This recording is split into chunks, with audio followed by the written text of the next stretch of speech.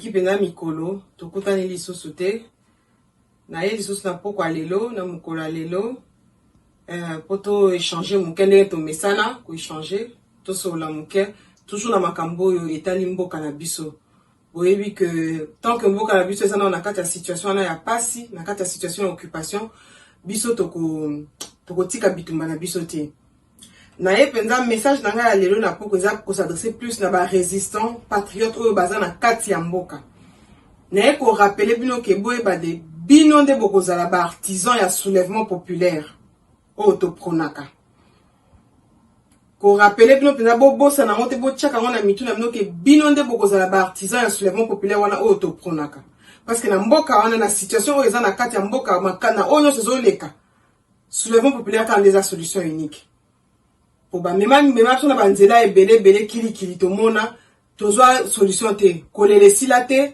pasi sila te kobome sila te donc toyebe ke to sala diagnostic mboka wana mboka eza occupé et puis soulèvement populaire des solutions na obanda ko rappeler na nubino makambu oyo mokonzi mboka na soza kosala o Félix Tshisekedi aza kosala na utaki kolanda na asi mingi balandi yango pe interview na ye moko asali na chaîne moko ya bapaya eza pasi Félix aza penza likama aza penza obstacle pona kosikolama ya mboka na biso na kati ya interview wana alobi Félix alobi boye atiaka motema na ye na Mike Hammer c'est-à-dire ambassadeur ya ba américain pour amemelaka ye ba information na o etali makambo ya violation à droit de l'homme donc oboma ba viol ye azotia motema na ye na Mike Hammer c'est-à-dire que Félix atie mboka sous tutelle na misu na biso toza kotala pe toza koyoka ye yango président national ya Pareko fait honorer banda de heureuse mémoire à Lobaka ce garçon il faut le plaquer au sol nini yo vandi un pays souverain ozape na ba service na renseignement na kati ozape na ba service na oya oye la kaope ba information appareil sécuritaire na yo lobi yo tchaka motema na yo na Mike Hammer ambassadeur américain ameme la kaope information na o etali sécurité pe etali makambo ya ba violation à droit de l'homme na mboka na bino finalement il est le président ou il n'est pas le président. Donc Félix a tiré justice entre parenthèses. Abiso qui va violation des droits de l'homme mesali, il faut qu'on solo laka, il faut qu'on conscientise. Come on. Mais ce qu'on boma qui moutou, il faut c'est la justice qui élève une nation peuple congolais. Tout élément. C'est la justice qui élève une nation. Félix a beaucoup accepté que dialogue, to conscientisation, ndé ko tombo la mboka. Ça dit que batu ba ba massacrer bino boké au solana mo bité bo massacrer bisoté, lobi boya ko bomate, lobi boya ko violeté. Non. Moutou a bomi, il faut justice, l'État kamataye, a sambise, a boaki na boloko, a keko sa la peine na ekuna. Oyo, na yebite, oyo, Félix azo bimisa, na yebite so kezo utawan. Asa souk na ba conseiller kama, na yebite nanyango a conseiller. Donc Félix ferme les yeux sur les véritables problèmes au Congo à Ganango. Rapport mapping à l'Obela Kangote. Donc asa ko sa privilège na politique ya. Donc comment je peux dire? Prime au crime. C'est-à-dire que yo soko boma ki yondo comme général. Soko yondo assassinat ki mingi yondo ko so poste. Donc prime au crime. Ye penza ezake azako pesa au prime soko yo sali mabe yondo ko tombwana. Ba viol et paille. Ba violation ya droit de l'homme et paille. Mais Félix azo kangami sur le bino il faut to solana batwana. Nazo misu na bandi na biso ya UDPS. Violence au bango comme nango ko agresser moto nyonso oya kozala na discours contraire na ya bango il faut ba agresser mais bango ba mibengi parti démocrate ba bundisa Mobutu ba bundisa Kabila père ba bundisa ki pe oya comme partenaire na bango mwana mopaya oyo donc c'est-à-dire que bokoki ko contredire UDPS donc dictature oyo penza oyo UDPS azo memela biso ezanga kombo Azoko senga na ba américain, il est président de l'Union africaine, hein? Félix Tshisekedi, le président de l'Union africaine, mais Azoko senga na ba américain, ba aider l'Union africaine et intervenir dans le conflit au en Éthiopie. Bande konangai na ebité. Na ebité Félix, yangona malien wana lobaka na submission stolandaka vidéo wana. Malien wana lobaka chaque fois que le président congolais donc Félix Tshisekedi azwaka avion, Afrique mo meninga na po ba ebi ke alinga ke ça ba bêtise. Azo sala mabe na RDC. Ma comment ça l'Afrique mo mabe? Comment on benga ba américain ba ya pourquoi vendre ici yo mon président Union africaine pourquoi vendre ici ba africain autour d'une table bite bande qu'on a vu ça ko pela moto en Éthiopie tout ça ni poto luka solution il faut que il est en train de mettre le Congo et l'Afrique sous tutelle de Yabapaya et que simbate et puis bon surveiller le langage à Félix ce qui a bandi ko bali kambo ba ke likameza ko ya na interview na ngana landi Félix Tshisekedi lobby le Congo est un pays grand. Ça veut dire quoi que le Congo est un pays grand? Ça veut dire que, parce que c'est grand, il ne sait pas déployer les militaires partout pour assurer la sécurité de la population. Mais la Chine est un pays grand. La Chine ne se plaint pas de sa grandeur. Les États-Unis, les Amounene. France, les Amounene. Nigeria, les Amounene. Wana abandi ko préparer sur la balkanisation. Donc, le Congo est un pays grand. Yangwana, il y a moyen à déployer les militaires qui vont faire des symboles comme Bezate. Pour assurer la sécurité la biso abanda ko sepso ba banyamulenge baza ba congolais bolanda ka ngobino sur la langue les banyamulenge sont des congolais to suki wapi dans l'état de siège yé banani ba occuper partie wana ya est la République démocratique du Congo ba banyamulenge wana ba militaire rwandais ba militaire ougandais côté Ituri donc surveillant le langage de Félix tout moi la mobile hasard dangereux posons-nous la question pourquoi il commence à déclarer publiquement que le Congo est grand. Qui ne sait pas que le Congo est un pays qui est grand? Il faut t'aider ma fille. Peuple congolais, la balle est dans ton camp. Ce qu'on a causé la moto, sous mon père, ah ou t'es comme son dernier fait ça, tu monté par l'américain, moto a créé problème, bon, quand il y a une solution. Mais problème, on les a quoi arrangé, bango. Et ça, quoi arrangé, bango, ça, pour la terre. Ce qui y a mon peuple congolais, télémité. Moto quoi, pour bout de là, ça te passe, mais qui vous dit que ceux qui te continuent à lire, on a Félix Négasa, comme que le Congo est grand, pour comme en 2023, Mboka les a mobimba. Ceux qui te télémité.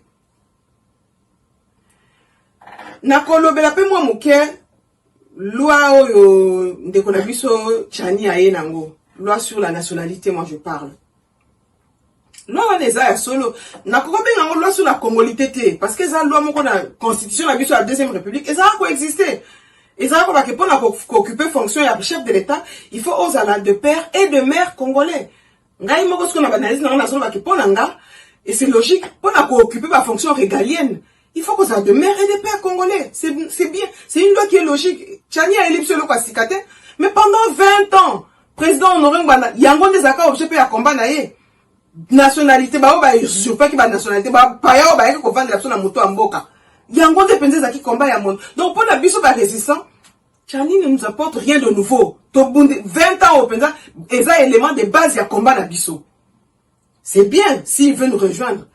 Mais, et là, quoi inquiété moi mouké façon Tchani a yena loana de manière opportuniste façon à ça comme Memango quelle idée il a derrière cette tête parce que c'est une loi qui était déjà dans le cadre il y a constitution idée ni Tchani a yena ngo ce que ça a visé mutumoko to a ça visé intérêt en boka est-ce que ça a visé pour protéger intérêt en mutumoko to a ça visé intérêt en boka c'est là le problème comme on est faut avoir la jugeote. Tous à l'habitude, il y a qu'on réfléchir. Façon, bah, ça qu'on procéder. Et ça, sur sa distraction. Et ça qu'on dérouté, biso, na, objectif, na, biso, il y a qu'on bounde la mboka, peu comme un soulèvement populaire, na, kati mboka. Bana mboka, bana Congo, tout élément. Parlement, oh, bah, parlementaire, il faut pas voter loi, wana. Bande konanga. Parlement, là, c'est bien, un parlement, godioti. Parlement, il y a occupation. Bango, bah, toi, bah, parlementaire, wana, bah, kenda kozo pouvoir, na Kigali. Kagame est moko aïbsa pilote. Qui est cette autorité-là où a un pouvoir, où ayaka pas naïté qu'on soit pouvoir. Et vous pensez que, bah, qu'on vote loi wana, Moïse Nzanga souka wapi. Na makamba minembu, loi à minembu. Ordonnance à minembu. Bah, ni lango. Moïse Nzanga tche makele, yewa la côte na mangeoire. A comme kolia. Est-ce que bozo ki asu azoba? Quand on a la bouche pleine, on ne parle pas. Moïse Nzanga monoko tondi, azoko kakoloba sous te. Nini ya minembu elali. Kaka ndenge lwa Tchani ekolala eloko moko osala makuna te bande konanga eloko moko osala makuna te to telema biso moko to bundela mboka na biso distraction sous bazo la sous élection 2023 élection 2023 mais comment vous allez utiliser les mêmes méthodes pour les méthodes qui ont montré les limites les élections ont montré les limites au Congo token à 2006 2011 2018 tozo lela kaka tozo kufa kaka mboka eza kokende bozo koni ko beta solo élection bolingo ba domema sous peuple en élection Qu'est-ce que vous avez fait pour améliorer la situation en 2018 et les Kibino pour la 2023 bon les laté. Bon soit présent les résultats à solo, peut vous sikolambo kawana. Et l'autre côté, le peuple congolais doit faire le forcing. Le peuple face à la forcing, tout même un soulèvement populaire. Parce que ceux qui ont télémité, mboka ezako kinde bande konanga inazako répéter mboka ezako kinde. To ye bango, to chango na mutu na biso, mboka ezako kinde. Pour la cause qui sont dans la vidéo, on a remercier le CNRC. Nous voulons vraiment remercier le CNRC pour sa lucidité, pour sa fidélité aux idéaux du président national Feu Honoré Ngbanda d'heureuse mémoire. CNRC a tiré debout, a tiré le contenu lutte naïe, peut-être continuer jusqu'à la libération. CNRC, ezali plateforme où réunir mouvement résistance ébélé. Et tout ça organisé sitting moko le 31 juillet na Paris na Château Rouge. Beaucoup de détails na mikoleza koya. Kuna nde tout ça organisé sitting moko ya munene boya ebele. Bo sala wana ebele. Pona kolobela makambo mboka na biso. Na lingi susu na je tiens vraiment à interpeller ceux qui se disent les résistants patriotes. On a suffisamment d'éléments qui prouvent que vous cherchez à mettre la vie de la présidente nationale de la Paris comme Madame Candide Okeke en danger. Sachez que bientôt vous allez répondre devant la justice française. Maman Candide Okeke Abada Bitumba apparaît quoi écouter Nanzela. Azalaka déjà qu'au bout de l'ambo kanaye apparaît quoi écouter Nanzela et rejoindre Nanzela de va continuer. Donc ce n'est pas vos menaces ne rozong saye sima. Ma menace n'a pas de go bangi saye. À continuer Bitumba, elle ne cesse de répéter ça que rien ni personne ne l'arrêtera. Et je vous assure, rien ni personne n'arrêtera cette dame. Donc, pour continuer Bitumba la biso, Moutarouban sa biso azalité. Nous allons continuer notre combat. Et Nanga pena lo baké, date il y a le 29 et pour ça na, to causer la verdict justice et coupé ça donc on va pas beaucoup spéculer sur ça. Nous allons attendre tous la date du 29 et ce qu'on va appeler ça biso verdict, il y a procès na biso na bandi ko na biso muso toza na bango. Le 2 août eza ko poussa, le 2 août eza date o bango na biso ba sepelaka parce que eza date moko biska biso tant so to le la bango na ba sepelaka. Ya mwana bomoni idée wana likanisi wana ezwi bande ko na biso ya organiser sitting wana le 31 parce que sont tombé samedi le 31 juillet pour na ko télémisa pe ko commémorer pe makambo ele kala le 2 août na mboka na biso ndenge ba bomaka bande ba kunda ba mama na biso vivante à makobola. Voilà un peu o ngana ko yebisa bino bande konanga tozela ya ko telema. Tozela ya ko telema bolanda Félix te azako kanga munoko makambo rapport ma ping azako lobela ngote. Azako kolobela makambo ya nyongo oyo Uganda azana ngo pona mboka na biso azako lobela yango te. Donc ye pona ye Uganda na Kigali baza batu malamu pona il touche pas. Rapport mapping et si que ba autorité rwandaise nyonso baza cité azako lobela yango te. Ou qui Kampala qui nous doit de l'argent pour la dédommager bande on so bakufuna kisangani assez osenga yango te. Peuple congolais telema ngonge koki telema ingeta. Batata, ma maman, bandeko bana ya Congo, mbote na bilobanso, na ali susu lelo yo po tolobela makambo etali Congo, pambate ndenge tolobaka na bino Congo mikolo miso mikoleka. On dirait que bon, tolobaka ndenge wana l'espoir est en train de s'envoler. Mais tant qu'il y a encore moyen de conserver certains meubles, eh ben tout ça la yango. Pambaté demain, ça pourra nous être très utile.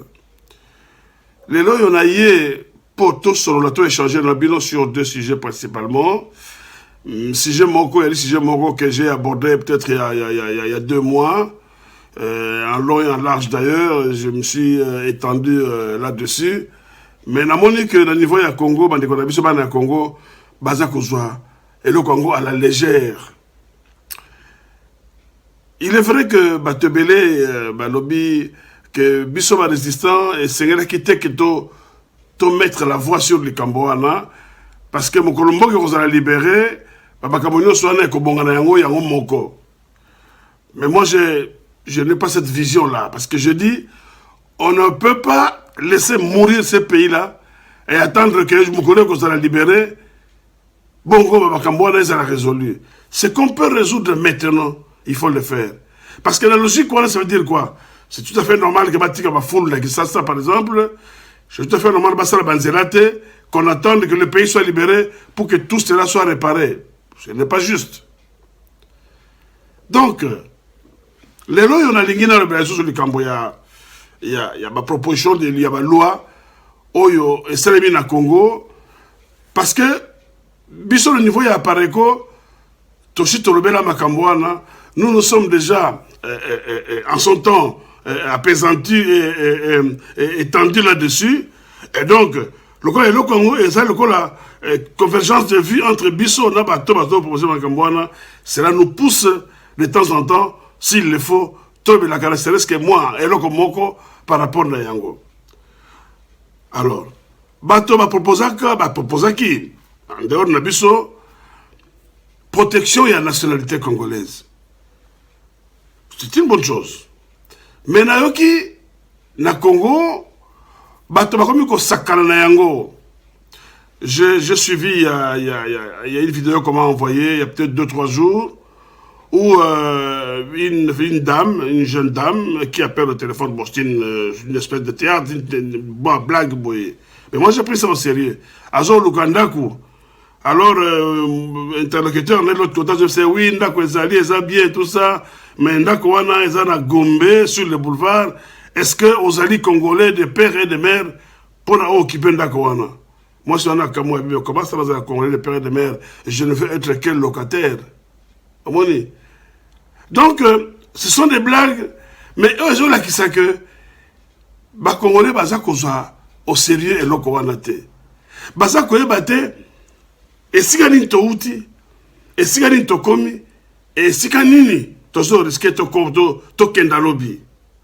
Et donc, il faut que le loyo yo boye, to résoudre le problème oyo, et ça comme la biso difficulté. J'ai dit la fois passée, dans la vidéo de Salaki, que il ne s'agit pas d'exclure ouvertement des gens pour dire yo,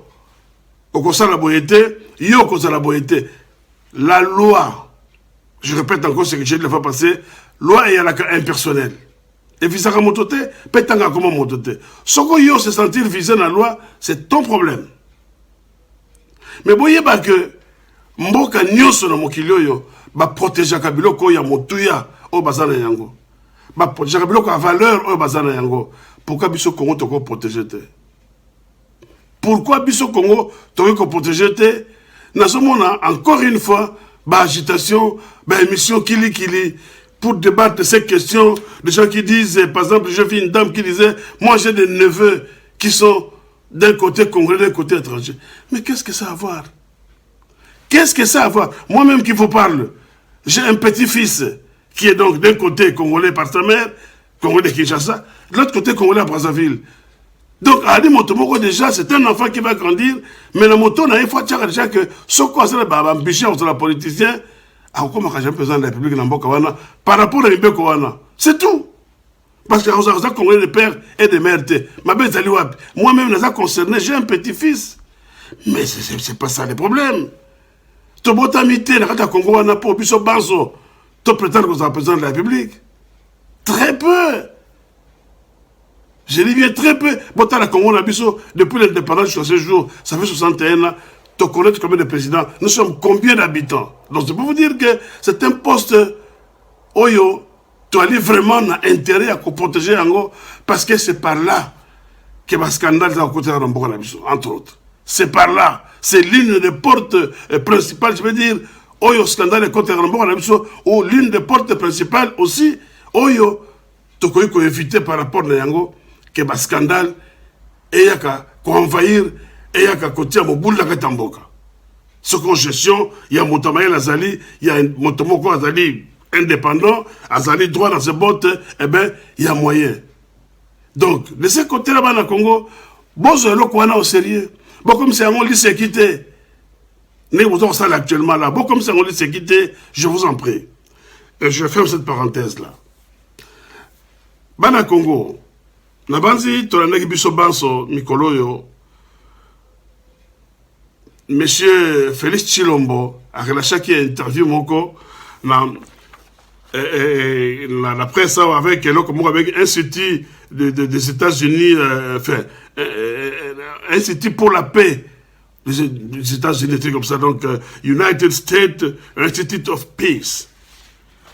A relâché interview dans Batowana, mais ce Boulanda qui est, eh ben, c'est tout à fait dommage, parce qu'il faut comprendre que M. Tshilombo, eh ben, Azali Bongo, agent de la balkanisation. Pour ceux qui ne l'ont pas encore compris, je vous recommande, bon, l'interview, pour vous comprendre que Tshilombo, Azali Bongo, agent de la balkanisation. Et, il y a un bon rabisso. Pourquoi j'ai dit que Tshilombo, Azali Bongo, agent de la balkanisation? Eh bien, l'interview, on s'est déroulé, Batouni Tshilombo, par rapport à la rôle naïe, par rapport à la fonction naïe, et le Konini, il y a ça de la communauté internationale, c'est-à-dire quel est le soutien qu'il attend de la part de la communauté internationale pour stabiliser l'Afrique. La communauté internationale, ce n'est pas un pays. La communauté internationale, c'est-à-dire, vous comprenez ce que je veux dire. Mais beaucoup de cas, Tshilombo a réduit la réponse naïe des États-Unis en disant ceci. Nous félicitons le rôle des États-Unis au basa qu'on joue dans l'Est. Il y a un bon rabisso, Bissika, zone de violence et zali. On lui pose la question par rapport à l'Afrique. Il réduit ça au Congo. Et la question est posée par rapport à la communauté internationale. Il réduit ça aux États-Unis. Il dit, il y a des groupes armés dans Mboka Nabiso, Oyo Bazali na idéologie à terroriste. Mais c'est faux. Tu as vu que Babylone connaît soi-disant terroristes, ils ont un montage grossier au pouvoir en place Masalaki pour ne pas justifier le makambo pour le gars ça. Tu es bien rebi ça le kuta. Alors bi tokoki ko déployer armée, yoka eloko lobi ya. Biso RDC tokoki ko déployer armée partout té. Pas matin mboka eleki monene. C'est-à-dire que, et là, quand on combattre, il y a ça qui ouvrir brèche pour la combattre. Moi, qui est mon aîné, moi, je suis géré en réalité, moi, je suis bisika, ma bête à cause de la réalité. Bon, on va service à renseignement, mon sang est en ligne. Bah, service, il y a renseignement. Mon sang est en nini, mon cher Tshilombo. À ça, avancer, il faut d'autres moyens. Et les États-Unis peuvent nous aider en s'impliquant dans cette guerre. De Golangaï. Yo, ça que nous sommes américains, ils s'impliquer dans la RDC à Bitumba. Mais yo, yebi, et si quand les Américains s'impliquer, Pékin est normal. Là, on peut se faire un exemple à moquer. Les Américains vont s'impliquer dans la il y a soi-disant détention d'armes illégales en Irak. Irak est dans la condition nini. Il faut s'impliquer dans la Cambodge, soi-disant, dans l'Afghanistan. L'Afghanistan est dans la condition nini. Il faut s'impliquer dans la Bitumba, dans Vietnam. Mais combien d'années il a fallu pour que le Vietnam récupère la situation basée à un niveau basé à l'Europe. Il y a un côté américain, la guerre de Mboka Nabiso, mais sur le côté libéral. Et vous vous permettez d'ouvrir la porte. Mais la question que j'aimerais poser à M. Tshilombo, est-ce qu'il a eu le temps de se concerter avec le Parlement avant la position permettre de rentrer la place publique pour dire que les Américains viennent nous aider? Est-ce que position il en a discuté avec le Parlement, avec le Sénat ou avec d'autres organes, Yamboka Nabiso, réunion au Conseil des ministres? Est-ce qu'ils en ont parlé? Est-ce qu'ils en ont discuté? Pour que lui prenne position pour dire que les Américains viennent nous aider. Tshilombo, Azoloba, que Azalaka souvent en contact avec l'ambassadeur des États-Unis, ce qu'on marque amer. Et donc, Azako Senga Nabango, va informer sur ce qui se passe dans le pays Nabiso pour intervenir. Donc, au niveau de l'ambassade. Mais c'est hallucinant. Au niveau de l'ambassade, on a un contrôle de Mboka Nabiso, tout ce qui se passe, il y a ma bête, madame Mboka Nabiso, violation des droits de l'homme et consort, bongo ba yebi sakaye, pour ayeba,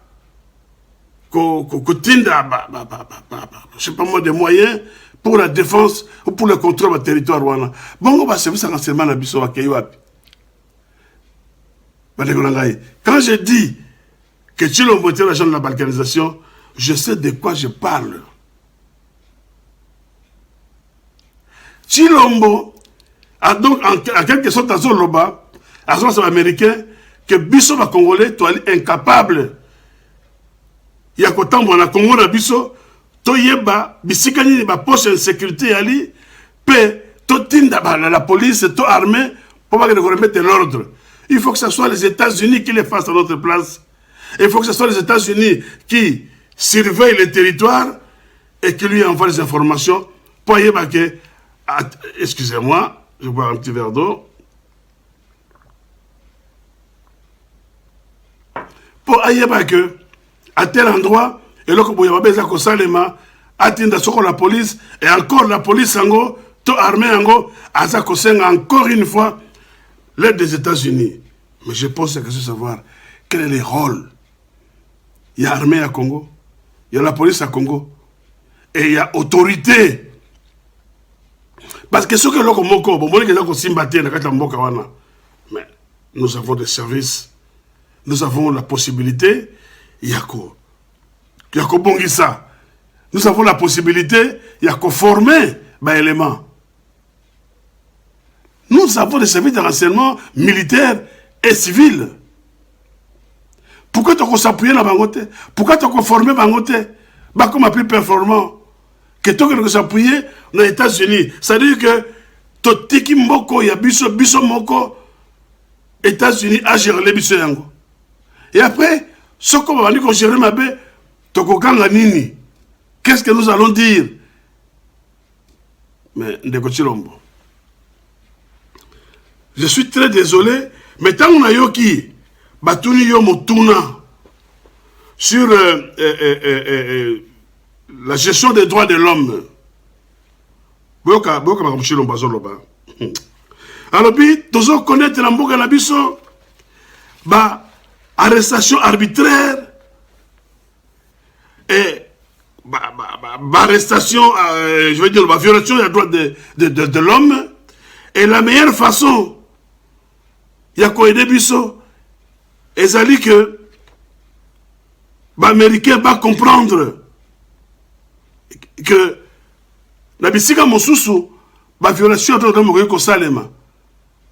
Alors, au lieu que va condamner biso, mais va encourager biso. Mais va encourager biso, n'a ko violer les droits de l'homme, n'a ko arrêter de façon arbitraire, va encourager biso na nini. Il dit, au lieu de nous, il faut qu'il nous encourage plutôt que de nous condamner tout de suite. Je n'ai même pas compris le sens de langage, M. Chilombo. Ils ont violé les droits de l'homme dans Mboka na yo. Ils ont arrêté, il faut faire arrêter la population de façon arbitraire. Ils ont empêché les bateaux de faire la manifestation. Ils ont empêché les bateaux de se réunir en les brutalisant, en les arrêtant arbitrairement. Et puis, au lieu que les autres vous condamnent par rapport à Yango, yo lingi va comprendre yo. Tu vas comprendre l'attitude, il y a l'armée, il y a la police, guidée par le gouvernement. Dans ce sens-là, qu'est-ce que vous voulez dire exactement? Qu'est-ce que vous voulez dire exactement? Je ne sais pas s'il y a des gens qui ont compris l'essence, il y a discours, il y a M. Chilombo. Mais j'essaie de comprendre ce que monsieur voulait dire, mais je n'y arrive pas.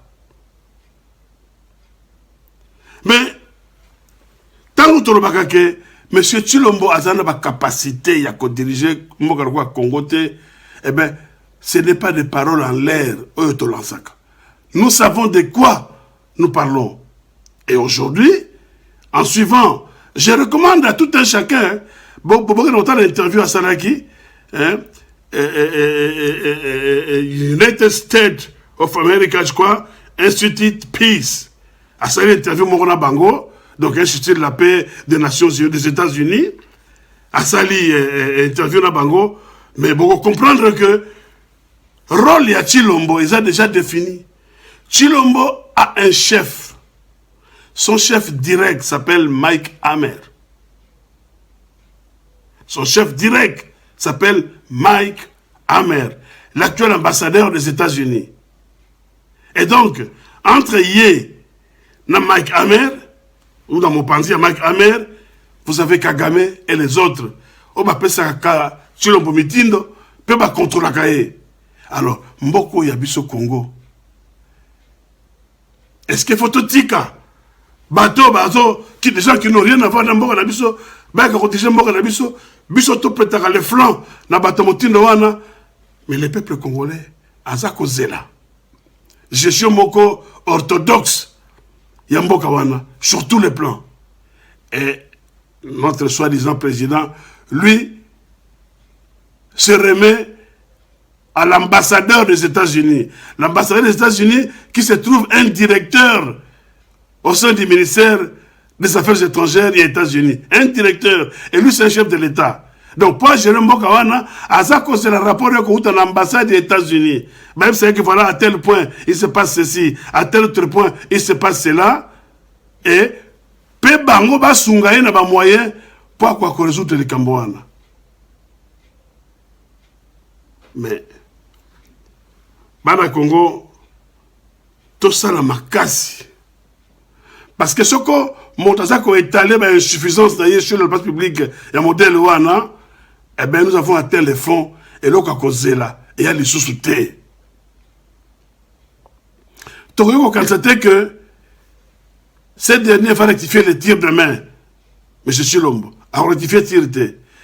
Il travaille pour les étrangers, bien qu'étant congolais, bon, disons ça comme ça, mais en tout cas, il travaille pour les étrangers. Est-ce qu'il y a intérêt d'Abisu Ali, Totikaye, Nesiko Yazali, à connaître qu'on travaille pour les étrangers? Nous disons non. Nous disons non, Bana Congo. Yango a tous les jours. Tout ça, qu'on a que ces messieurs, Azako mérité, soulèvement populaire, à l'issue duquel Toko Benganaye, Nabato, Bansoma, travaille pour Naye, Naba, soi-disant, Bapaya Oyo, Bazako ya kotia mobulu na mboka na biso. Choix égalité et leur monsieur alité. Bana Congo, prenons-nous au sérieux. Toyeba ke loko toko semer le loyo yo boye. Lobi toko mosone yango. Donc tout ça là est fort. To comme na niveau moko que nyonso toko sala, et ça c'est pour la bola où ya biso tene to aller boye, mais c'est pour nos enfants. Nous devons garantir le futur de nos enfants. Et c'est maintenant que nous devons le faire.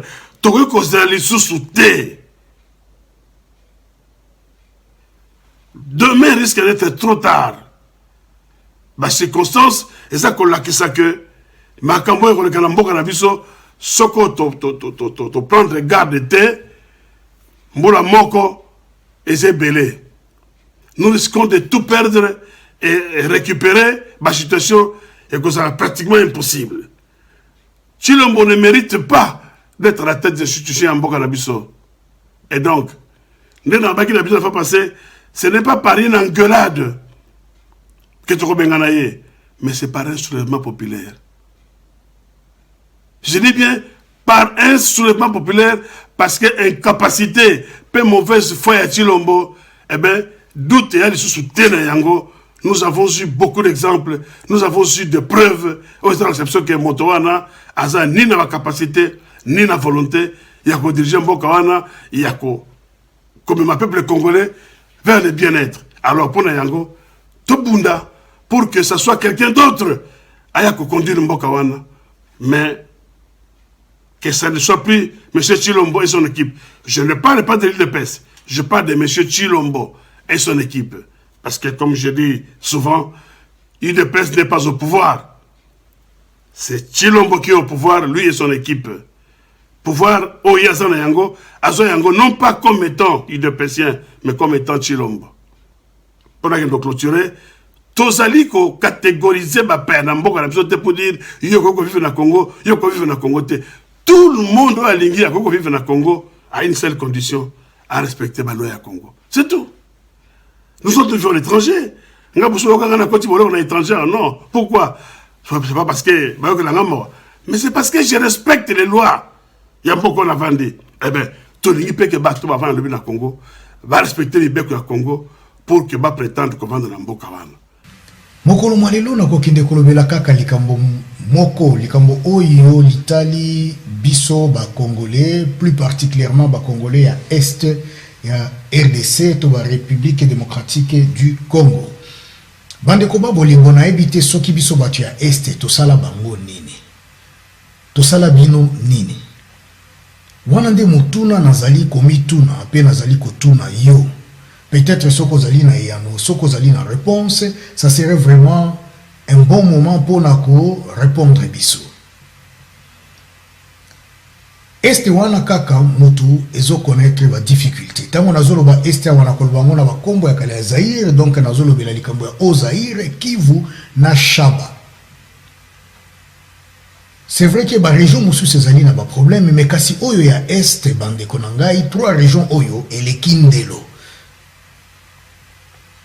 bitumba nyonso ezo bandaka na est matata nyonso mikakatano nyonso ezo kotela kaka na est kobotola bato mabele likambo ya est mabomi na est koviole bana ba mama bandeko na biso na est koteka mboka na est koyela biso ba étranger koya kotia bango na kati na mboka ezo salima wapi kaka na est alors motuna nazali komituna pona nini ba oyo bazali bakambi ya mboka ba oyo bazali mikonzi ya mboka bazali ko sacrifier est ya mboka wana pona nini est-ce que biso batu ya Zaire biso batu ya Kivu tango nazolo ba Kivu wana moni Grand Kivu Shaba Grand Katanga na moni Zaire les tout en général biso batu ya ba province misatu wana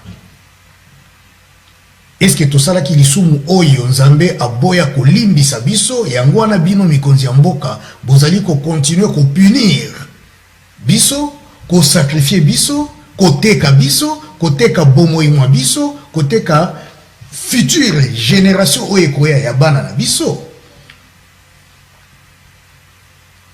mingi bakoloba oh ndenge nini olobi ke bazoteka mboka oui bazali koteka mboka parce que wana nde komi lokola porte d'entrée ya makambo nyonso ya mabe na kati ya Zaire l'expérience nyonso ya mabe oyo ba étranger balingi kosala oyo ba pays voisin banguna balingi kosala bazoya kosala ngode na trois provinces wana yangono koyoka kuna na Katanga par exemple na Shaba bazambi bazokota ndenge balingi bazobima ndenge balingi bazokota bazuyo balingi kozwa bakei pe nango mutu moko te akotuna côté mususu soko mati oye na Kivu wana n'en parlons même pas Burundi azokota erelingi Rwanda azokota erelingi Tanzanie peut-être une fois azokota pe na ba Shaba une fois azokota na Kivu donc bazosala ndenge balingi na ba Uganda wana ok na Zaire Uganda Sud Soudan et consort